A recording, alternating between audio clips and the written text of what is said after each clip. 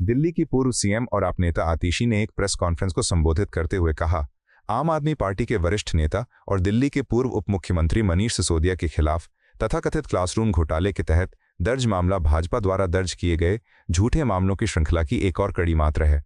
पिछले 10 वर्षों में भाजपा के नेतृत्व वाली केंद्र सरकार ने ईडी, सीबीआई, आयकर विभाग और दिल्ली पुलिस जैसी विभिन्न एजेंसियों के माध्यम से लगातार आप नेताओं को आधारहीन, मनगढ़ंत और राजनीति से प्रेरित मामलों में फंसाया है। आम आदमी पार्टी के वरिष्ठ नेता और दिल्ली के उप मुख्यमंत्री रहे मनीष सिसोदिया जी को एक फर्जी क्लासरूम घोटाले के नाम पर पूछताछ के लिए बुलाया गया है। ये फर्जी झूठा आरोप जो क्लासरूम घोटाले का लगा है, ये भारतीय जनता पार्टी के झूठे केसेस की सीरीज में मात्र एक नया एपिसोड है। 10 साल से भारतीय जनता पार्टी की केंद्र सरकार ने, उनकी अलग अलग एजेंसीज ने, चाहे वो ईडी हो, चाहे वो सीबीआई हो, चाहे वो इनकम टैक्स हो, चाहे वो दिल्ली पुलिस हो, उन्होंने सिर्फ और सिर्फ आम आदमी पार्टी के नेताओं पे झूठे केस, फर्जी केस, गलत केस लगाए। भाजपा सांसद और राष्ट्रीय प्रवक्ता संबित पात्रा ने एक प्रेस कॉन्फ्रेंस के दौरान कहा, आज की प्रेस कॉन्फ्रेंस कांग्रेस पार्टी, खासकर इसकी कर्नाटक इकाई के दोहरे मानदंडों और तुष्टीकरण की नीति को उजागर करने के लिए है। आज का जो प्रेस कॉन्फ्रेंस है वो कांग्रेस पार्टी और खास करके कांग्रेस पार्टी की कर्नाटक यूनिट की जो दोगली नीति है और जिस प्रकार की तुष्टीकरण की नीति है, उस नीति को उजागर करने के लिए है। विषय गंभीर है और किस प्रकार से भारत के सोशल फैब्रिक को, भारत के सामाजिक ताना बाना को तोड़ने का प्रयास कांग्रेस का सदैव से रहा है, उसका खुलासा है। आप सभी जानते हैं कि कल कांग्रेस पार्टी जो कर्नाटक में सरकार में है, सिद्धरमैया जी वहां के सीएम है, कांग्रेस के कैबिनेट ने कर्नाटक में निर्णय लिया कि जो हाउसिंग स्कीम है कर्नाटक में, अक्रॉस द स्टेट, पूरे राज्य में, उसमें मुस्लिमों के लिए आरक्षण किया जाएगा और आरक्षण को बढ़ा करके 15% किया जाएगा। आप सोच के देखिए, वेलफेयर स्कीम, हाउसिंग स्कीम एक वेलफेयर स्कीम है। इस वेलफेयर स्कीम में धार्मिक एंगल जोड़ा गया है और उस धार्मिक एंगल के अंतर्गत मुसलमानों के लिए, for the Muslims there would be 15% reservation. इसमें कोई दो मत नहीं है कि शॉर्ट टर्म पॉलिटिकल बेनिफिट के लिए कांग्रेस पार्टी हमेशा एक लॉन्ग टर्म डिजास्टर को इनवाइट करती है। आपको जान के आश्चर्य होगा कि कल यह जो कैबिनेट का निर्णय हुआ है कर्नाटक में, उसमें कैबिनेट मिनिस्टर जमीर अहमद खान, उनकी ये प्रस्तावना थी कि मुसलमानों के लिए आरक्षण हाउसिंग स्कीम में, चाहे वो अर्बन हाउसिंग स्कीम हो, चाहे वो रूरल हाउसिंग स्कीम हो, उसे बढ़ा करके 15% कर दिया जाए। और कैबिनेट ने उसे सिद्धरमैया जी के अगुवाई में उसमें हामी भरी है, उसे स्वीकार किया है। यह भी विदित है कि सुप्रीम कोर्ट ने स्पष्ट रूप से यह निर्णय दिया है कि there can be no reservation based on religion. धर्म के आधार पर, धार्मिक आधार पर किसी भी प्रकार का कोई रिजर्वेशन नहीं हो सकता है। दैट इज अनकॉन्स्टिट्यूशनल, यह गैर संवैधानिक है। मगर फिर भी जो लोग पॉकेट में संविधान को रखकर घूमते हैं, जो लोग बात बात पे एक प्रति निकालने की कोशिश करते हैं संविधान की, वास्तविक रूप में वो किस प्रकार से संविधान की धज्जियां उड़ा रहे हैं, उसका सर्वोच्च उदाहरण कल कर्नाटक के कैबिनेट में मुस्लिम आरक्षण हाउसिंग स्कीम में पास करके दिखाया गया। 21 जून को अंतर्राष्ट्रीय योग दिवस से पहले केंद्रीय मंत्री जी किशन रेड्डी ने कहा, 21 जून को दुनिया भर के 200 से अधिक देशों में अंतर्राष्ट्रीय योग दिवस मनाया जाएगा। कल पीएम मोदी आंध्र प्रदेश के विशाखापत्तनम में एक कार्यक्रम में भाग लेंगे। कल जो 21 जून को दुनिया भर में लगभग मोर देन 200 कंट्रीज में योगा कार्यक्रम होने वाला है। अलग अलग देशों के सरकार के द्वारा, अलग अलग देशों के प्राइवेट ऑर्गेनाइजेशंस के द्वारा अलग अलग देशों के राजनीतिक पार्टियों के द्वारा, दुनिया भर में जितने भी इंडियन डायस्पोरा है उनके द्वारा, दुनिया भर में जितने एम्बेसीज है भारत का उनके द्वारा ये कार्यक्रम होने वाला है। कल आदरणीय प्रधानमंत्री नरेंद्र मोदी जी जो आंध्र प्रदेश में विशाखापट्टनम में योगा कार्यक्रम में भागीदार हो जाएंगे। आज हैदराबाद में 24 आवर्स का काउंटडाउन इस स्टेडियम में आज हजारों लोग पार्टिसिपेट हुआ है। आज मैं इस सबसे अनुरोध करना चाहता हूं, कल सभी घरों में, सभी बस्तियों में, सभी कॉलोनीज में, सभी पार्क्स में, सभी ऑफिसेस में, सभी जगह कल इंटरनेशनल योगा डे संदर्भ में योगा करना चाहिए। इस योगा को हर व्यक्ति जिंदगी का पार्ट बनाना चाहिए। आप सब लोग, सारी जनता ठीक रहे तो देश ठीक रहेगा। आप नेता और पूर्व उप मुख्यमंत्री मनीष सिसोदिया आज एस बड़ी ईबी के सामने पेश होंगे। उन्होंने कहा भाजपा राजनीतिक उद्देश्यों से प्रेरित है और दिल्ली के स्कूलों को बेहतर बनाने के उनके प्रयासों के बावजूद झूठे आरोप लगा रही है। भाजपा सरकार स्कूलों, मोहल्ला क्लिनिकों, सड़कों और बिजली आपूर्ति के प्रबंधन में खराब है। बारिश और बिजली कटौती के कारण जारी चुनौतियों के बीच दिल्ली के लोगों को विचलित करने के लिए उन पर आरोप लगा रही है। देखिए, दिल्ली में शानदार स्कूल बने, शानदार पढ़ाई हुई, दिल्ली में शिक्षा में बहुत शानदार काम हुआ, ये सारा देश। लेकिन भारतीय जनता पार्टी राजनीति से प्रेरित होकर अपनी एजेंसियों का दुरुपयोग करके इसमें FIR करवाती है और फिर आज मुझे एसीपी ने बुलाया है। मैं सारी बातें रखूंगा एसीपी के सामने, लेकिन मैं यही कहना चाहता हूँ कि पूरी तरह से राजनीति से प्रेरित मामला है। भारतीय जनता पार्टी ने सारी एजेंसियों का दुरुपयोग करके पिछले 10 साल में हमारे एक एक नेता की पूरी जिंदगी खंगाल डाली, लेकिन उनको मिला कुछ नहीं है। केवल और केवल फर्जी FIR करते हैं और फर्जी FIR में फिर केस चलता रहता है। होना इसमें भी यही है, कहीं कुछ निकलेगा नहीं। इस केस के बारे में एक चीज़ और मैं आप सबको समझाना रहना चाहता हूँ कि मनोज तिवारी जी ने, जो भारतीय जनता पार्टी के सांसद हैं, उन्होंने मेरे ऊपर ये आरोप लगाया था और जब मैंने उनके ऊपर मानहानि का मुकदमा किया तो वो जमानत लेके अभी जमानत में बचे हुए हैं। तो इसमें तो मनोज तिवारी जी भी बचे हुए भाग रहे हैं इस आरोप से। इन आरोपों में कोई सच्चाई नहीं है, पूरी तरह से झूठा केस है। लेकिन मैं सोचता हूँ भारतीय जनता पार्टी वाले कर क्यों रहे हैं ये सब। अभी समझ में आता है कि दिल्ली की जनता ने इनको मैंडेट दिया कि दिल्ली के लोगों के लिए काम करें। काम तो करना बीजेपी वालों को आता नहीं है, ना इनको स्कूल आता, ना अस्पताल आता, ना मोहल्ला क्लिनिक बनाने आते, ना इनको सड़कें ठीक करनी आती, ना बिजली ठीक करनी आती, ना पानी ठीक करना आता, ना बारिश का मैनेजमेंट करना आता। अब देखो, पिछले एक बारिश में पूरी दिल्ली का बुरा हाल हो गया। चारों तरफ दिल्ली बेहाल हो गई है, सड़क टूटी पड़ी है, पावर कट लग रहे हैं पूरी दिल्ली में, प्राइवेट स्कूल वालों ने लूट मचा रखी है। इवन बीजेपी के कट्टर समर्थक भी हो रहे हैं कि इनको भी प्राइवेट स्कूल वाले लूट रहे हैं।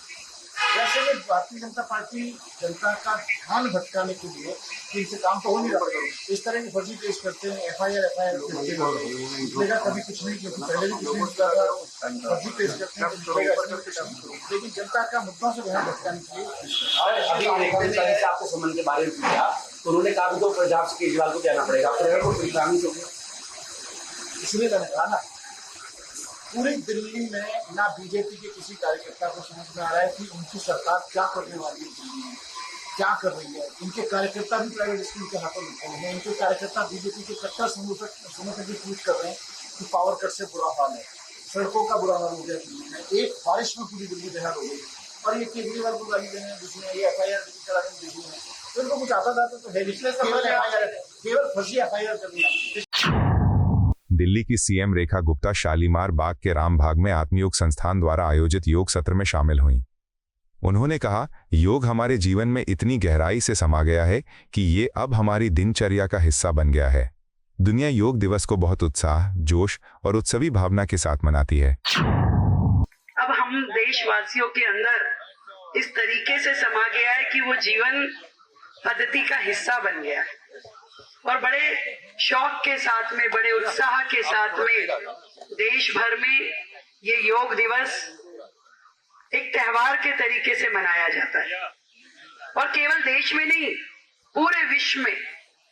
योग दिवस वाले दिन हम जब टीवी पे रिपोर्टिंग देखते हैं, फोटोग्राफ देखते हैं, तो हर देश में हर वर्ग के लोग, हर संप्रदाय के लोग इतनी शिद्दत के साथ में योगा मनाते हैं और उससे बड़ा गर्व की अनुभूति होती है कि हम भारतीयों की ये ऐतिहासिक धरोहर, एक गौरवशाली इतिहास जो है वो पूरे विश्व में जिस तरीके से अपनाया गया और बर्फीले पहाड़ों से लेकर के समुद्र तल तक बैठ के जब योग क्रियाएं की जाती हैं तो बड़ी आनंद की अनुभूति होती है। दिल्ली केपीडब्ल्यूडी मंत्री प्रवेश वर्मा ने कहा, आपने देखा होगा कि हाल ही में जब बारिश हुई तो मिंटो ब्रिज पर पानी नहीं भरा। हम अपने अल्पकालिक लक्ष्यों पर काम कर रहे हैं जिन्हें 1 महीने में पूरा किया जा सकता है, जिनमें से एक मिंटो ब्रिज भी था। आतिशी ने बारिश के बाद बहुत सारी तस्वीरें दिखाईं, लेकिन उनमें मिंटो ब्रिज की तस्वीर शामिल नहीं थी। हम सड़कों वाले इलाकों में नालियों का निर्माण कर रहे हैं, लेकिन एक भी नाली नहीं बनाई। अभी पीछे बारिश हुई थी तो उसमें आपने देखा होगा मिंटो ब्रिज पे पानी नहीं भरा था। हमने सारे वाटर लॉगिंग जहाँ पर भी ऐसे स्थान थे सबको चिन्हित किया और उसमें 3 हमने गोल बनाए। एक हमारा शॉर्ट टर्म था, मिड टर्म था, लॉन्ग टर्म था। तो जो शॉर्ट टर्म था जहाँ पर ज़्यादा समस्या नहीं थी और 1 से 1.5 महीने में काम हो सकता था, हमने उसके ऊपर काम किया। उनमें से एक था मिंटो ब्रिज। तो मिंटो ब्रिज इस बार आतिशी जी ने, आम आदमी पार्टी ने बारिश में कई फोटो दिखाए, मिंटो ब्रिज का नहीं दिखाया। तो जो हमारे शॉर्ट टर्म गोल थे उसके ऊपर में काम चल रहा है और अगले 10 दिन में पूरा हो जाएगा। जो हमारे मिड टर्म है, जो हमको 3 से 4 महीने में करने हैं, वो उसमें समय लगेगा। और जो हमारे लॉन्ग टर्म है, जहाँ पे बड़ी बड़ी ड्रेन डल रही, जहाँ पे ड्रेन पिछले 10 साल से 15 साल से डली नहीं थी, वहाँ पे सड़क थी मगर ड्रेन नहीं थी, इसलिए बारिश में जल भराव होता था। वहाँ पे ड्रेन डलने का काम चल रहा है। जैसे मेरा गांव के सामने मुंडका में, वहाँ का वो फोटो दिखा देते हैं, मगर ये नहीं बताते कि 10 साल से उन्होंने वहाँ पे ड्रेन ही नहीं डाली थी। अब वहाँ पे ड्रेन डलने का काम स्टार्ट हुआ, रोड को NHAI को ट्रांसफ़र किया गया, उसमें 1-1.25 साल का समय लगेगा। अगले मानसून तक, अगले साल वहाँ पे हमको राहत मिलेगी। अभी वहाँ ड्रेन ही नहीं है तो पानी की निकासी का कोई जगह ही नहीं है। तो ये आम आदमी पार्टी वालों से भी पूछना चाहिए कि आपने 10 साल में ड्रेन क्यों नहीं बनाई। आज कोई 3 महीने में ड्रेन नहीं बन सकती है। 2-2 किलोमीटर, 4-4 किलोमीटर की दोनों साइड में ड्रेनें, और वो बड़ी बड़ी ड्रेनें और अच्छी क्वालिटी की ड्रेन बनने में समय लगेगा। इसलिए आम आदमी पार्टी को ऐसी घिनौनी राजनीति से बाज आना चाहिए और 10 साल उन्होंने क्या किया वो भी सोचना चाहिए, और हमने 4 महीने में क्या करके दिखाया एक बार हमारे साथ में वो भी देखना चाहिए। गोरखपुर लिंक एक्सप्रेसवे के उद्घाटन समारोह में बोलते हुए यूपी के सीएम योगी आदित्यनाथ ने कहा, भाजपा की डबल इंजन सरकार 2047 तक विकसित भारत के लक्ष्य को पूरा करने के लिए काम कर रही है। उत्तर प्रदेश अब बीमारू राज्य से एक्सप्रेसवे वाले राज्य के रूप में अपनी पहचान बना चुका है। 8 साल पहले लोग यूपी के आजमगढ़ का नाम लेने से डरते थे। देश के यशस्वी प्रधानमंत्री मोदी जी ने देशवासियों के सामने आजादी के अमृत महोत्सव वर्ष के अवसर पर जो लक्ष्य तय किया था, उस लक्ष्य को प्राप्त करने के लिए कि 2047 में भारत एक विकसित भारत होगा, उस विकसित भारत के लिए विकसित और आत्मनिर्भर उत्तर प्रदेश बनाने की दिशा में डबल इंजन की भारतीय जनता पार्टी की सरकार के द्वारा किए गए प्रयासों का एक प्रतिफल है कि उत्तर प्रदेश बीमारू राज्य से अब एक्सप्रेस वे प्रदेश के रूप में अपनी पहचान बना रहा है। याद करिए क्या हालत थे आज से 8 वर्ष पहले के। बहनों और भाइयों, उत्तर प्रदेश का नौजवान कहीं जाता था, उत्तर प्रदेश का कोई नागरिक जाता था, पहचान का संकट होता था, पहचान का संकट होता था। लोग आजमगढ़ का नाम लेने से घबराते थे, उत्तर प्रदेश का नाम लेने से घबराते थे। आजमगढ़, अरे इसने मुख्यमंत्री दिए, एक एक नहीं 2-2 मुख्यमंत्री इस आजमगढ़ ने दिए, और इस आजमगढ़ को पहचान का मोहताज होना पड़ा था। लेकिन आज 8 वर्ष के अंदर प्रधानमंत्री मोदी जी के मार्गदर्शन में आजमगढ़ अब पहचान का मोहताज नहीं है। आजमगढ़ अब आजमगढ़ से अदम्य साहस का गढ़ बन चुका है। अब यह विकास की मुख्य धारा के साथ जुड़ चुका है। पीएम मोदी के बिहार दौरे पर कांग्रेस सांसद प्रमोद तिवारी ने कहा, पीएम किसी राज्य में तब दौरे और उद्घाटन करते हैं जब चुनाव नजदीक आते हैं। यह नवंबर तक चलता रहेगा। मैं इतना कहना चाहता हूं, लगता है बिहार में चुनाव होने वाले हैं। प्रधानमंत्री जी के दौरे, उद्घाटन, घोषणाएं तभी होती है जब जिस राज्य में चुनाव होने वाला है। तो बिहार में चुनाव होने जा रहा है, नवंबर तक चलेगा ये सिलसिला, नवंबर तक जारी रहेगा। पर प्रधानमंत्री जी, मैं आपसे कहना चाहता हूं, बिहार की धरती क्रांति की धरती है। हिम्मत जुटाइए जयप्रकाश नारायण की धरती पर, हिम्मत जुटाइए विनोबा भावे की धरती पर, जहां उन्होंने जाके भूदान में बहुत कुछ काम किया था। 42 की क्रांति की धरती पर हिम्मत जुटाइए और वहीं से बोल दीजिए ट्रम्प गलत बयानी कर रहे हैं। अगर आप नहीं बोलेंगे तो मुझे तो यही लगेगा, मोदी जी आप क्यों भी अकेले पड़ गए।